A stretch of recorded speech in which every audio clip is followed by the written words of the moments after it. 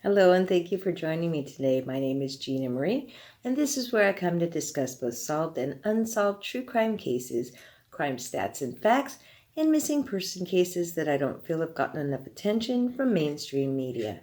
If you're interested in these types of cases like I am, I do hope that you will choose to subscribe to this channel.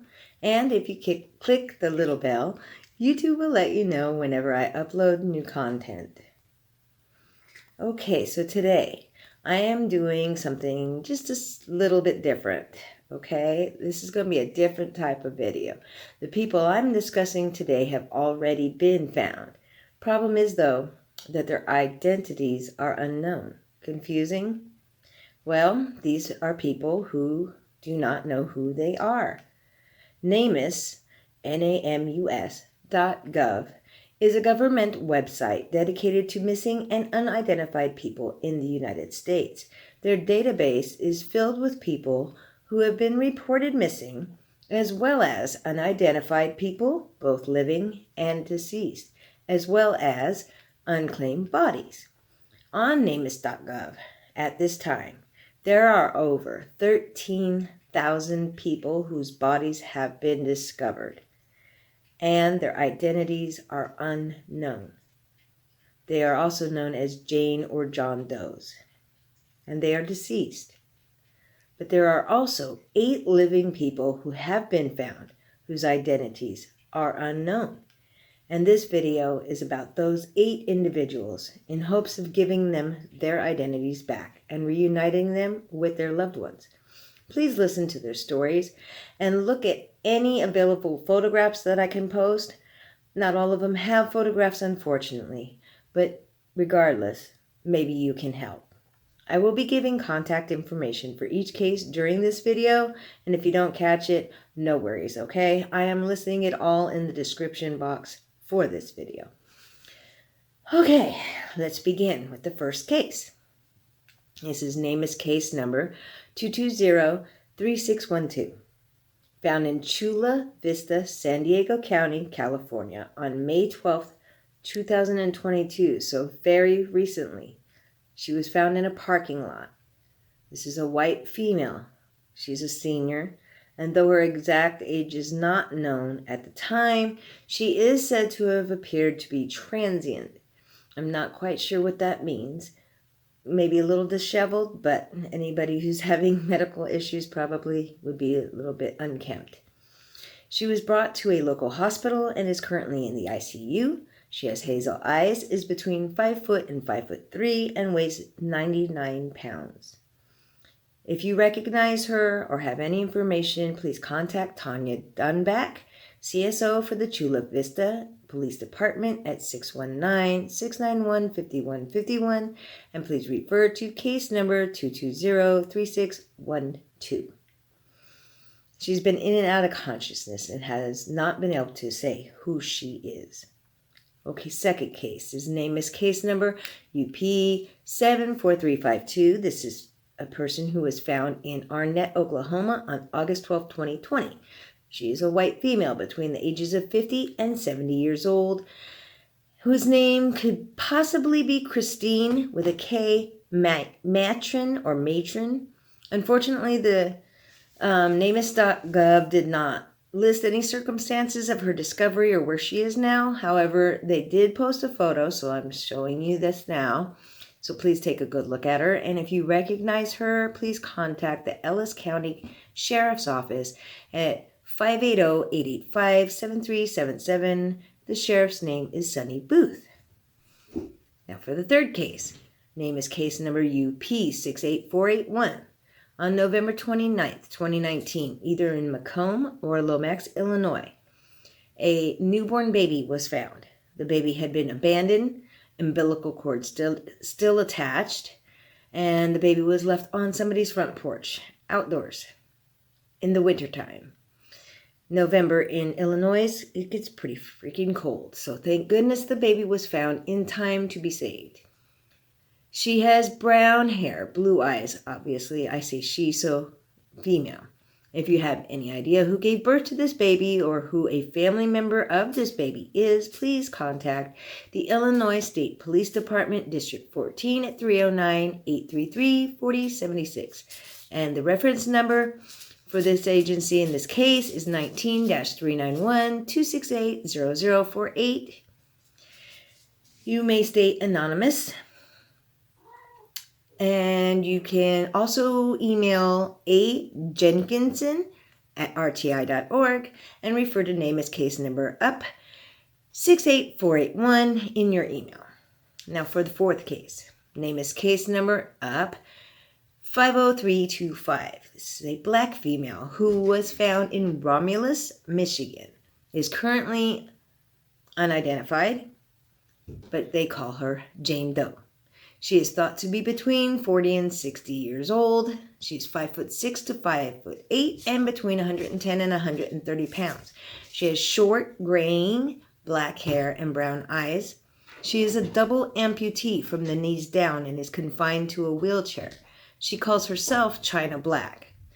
For the past 3 to 4 years, she has been living in the Beyond Boundaries Adult Foster Care Facility in Romulus, Michigan. Take a look at her face. Somebody has to know this lady. If you have any information about her identity, please contact the Michigan State Police Metro South Post at 734-287-5000 and refer to agency case number 22-4618. Now for the fifth case is NAMUS up 17843. This next case is just a little bit different. This man came in and reported himself.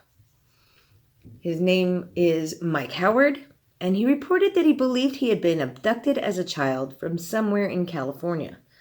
He says he had brown hair as a child, although at this time his hair is gray. He also has blue eyes and is in his late 50s or early 60s. If you have a son or know of a boy with brown hair and blue eyes who was kidnapped 45 to 60 years ago from California and has never been located, please contact investigator Vicky Lyons with the District 27 District Attorney's Office, Cherokee Nation, at 918-456-6173 and refer to the agency case number DTF-18-S-063. Okay, now for the sixth case. It's NAMUS case number UP16927. This is Chicago, Illinois, August 18th, 2017. Chicago Fire Department picked up a man who was face down in Grand Park. They took him to Mercy Hospital. His identity has still not been established. No photo was provided. However, at the time he was 70 to 72 years old. He had nearly a full head of hair. It was gray. He also had a mustache, stood 5'9" tall, and weighed 160 pounds. If you have any information about his identity, please contact Mike Kelly with the Chicago Police Department at the headquarters at 312-746-6000 and reference the agency case number JA396606. Okay, the seventh case. NAMUS case number UP16460. On January 1st, 2007, Cook County took custody of a 35 to 40-year-old black male who goes by the name of Shannon Knight. He had suffered a stroke. He has organic brain damage. He lives in the Chicago Reed Mental Health Center on the northwest side. Now, though he appears to be lucid, he has no memories about the details of his past.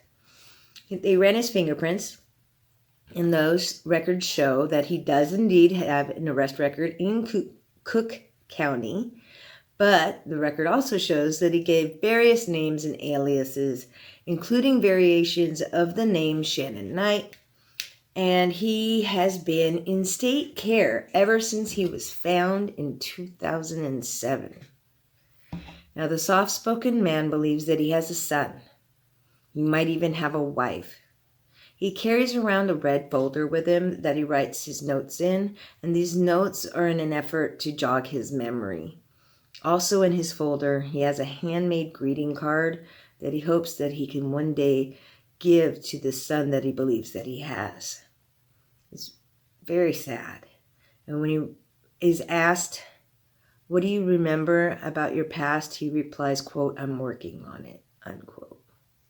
Please take a really good look at these pictures. There are pictures from when they first found him, and then also a few years later, I think about 10 years later, actually. And that way you are able to see what he looked like then, with and without a haircut, and what he looks like in the last few years. So if you recognize him or have any information, I do hope you will contact 919-541-5828. And now for the 8th and final case. This is NAMUS case number UP16788. Now this is a really old case, but it's still very important because the unidentified person is still alive and his life is in limbo. Okay, on August 2nd, 1969, this unidentified man, who appeared at the time to be approximately 18 to 25 years old, he is said to have Hispanic roots or origins. He left New York City by Napierville Junction Railroad Train number 9 and arrived in Canada at Montreal, Quebec. Prior to leaving New York, he had reported to the draft board on Broadway and 52nd, and they directed him to report to Fort Dix, New Jersey. Now that's where he decided that he was going to flee to Canada. He did not want to go to war. So on August 5th, 1969, he attempted to return to the United States, and U.S. immigration at Champlain, New York, refused him. They refused him re-entry because he was unable to convince them that he was born and raised in New York City. Now, he claimed that he was born at a home where his birth had never been registered with the state. They sent his butt back to Canada, which at the time seemed like the thing to do. He has subsequently settled in the Toronto, Ontario, Canada area, and he remained there ever since, while attempts to verify or establish his true identity and verify his New York City birthplace still continue to this day. We do know that this person was present in New York City for many years. He was well documented from at least 1962 to 69, and that he claims that he was born in Manhattan, where he spent his childhood. And before he left New York, he says that he spent a lot of time in the area of 3rd Avenue and 47th or 48th Street, and that he attended the Greek Orthodox Church on 24th Street. So if you're from that area or attended that church during that time, you might actually be able to recognize him and help him out. This is what the website on NAMUS says.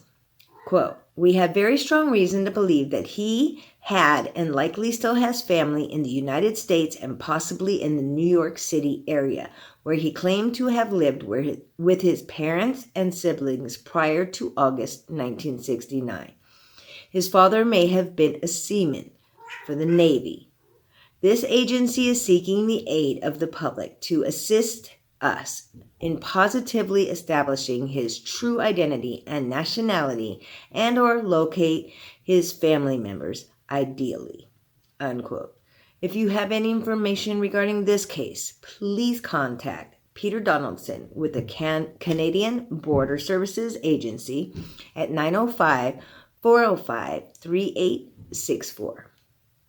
Remember, I did put all this contact information for each case into the description section of this video.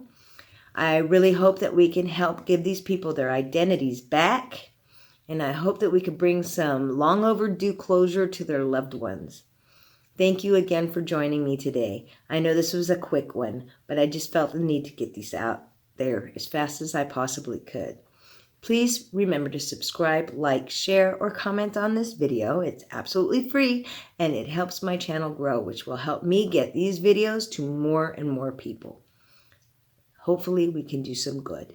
Until next time, y'all stay safe out there.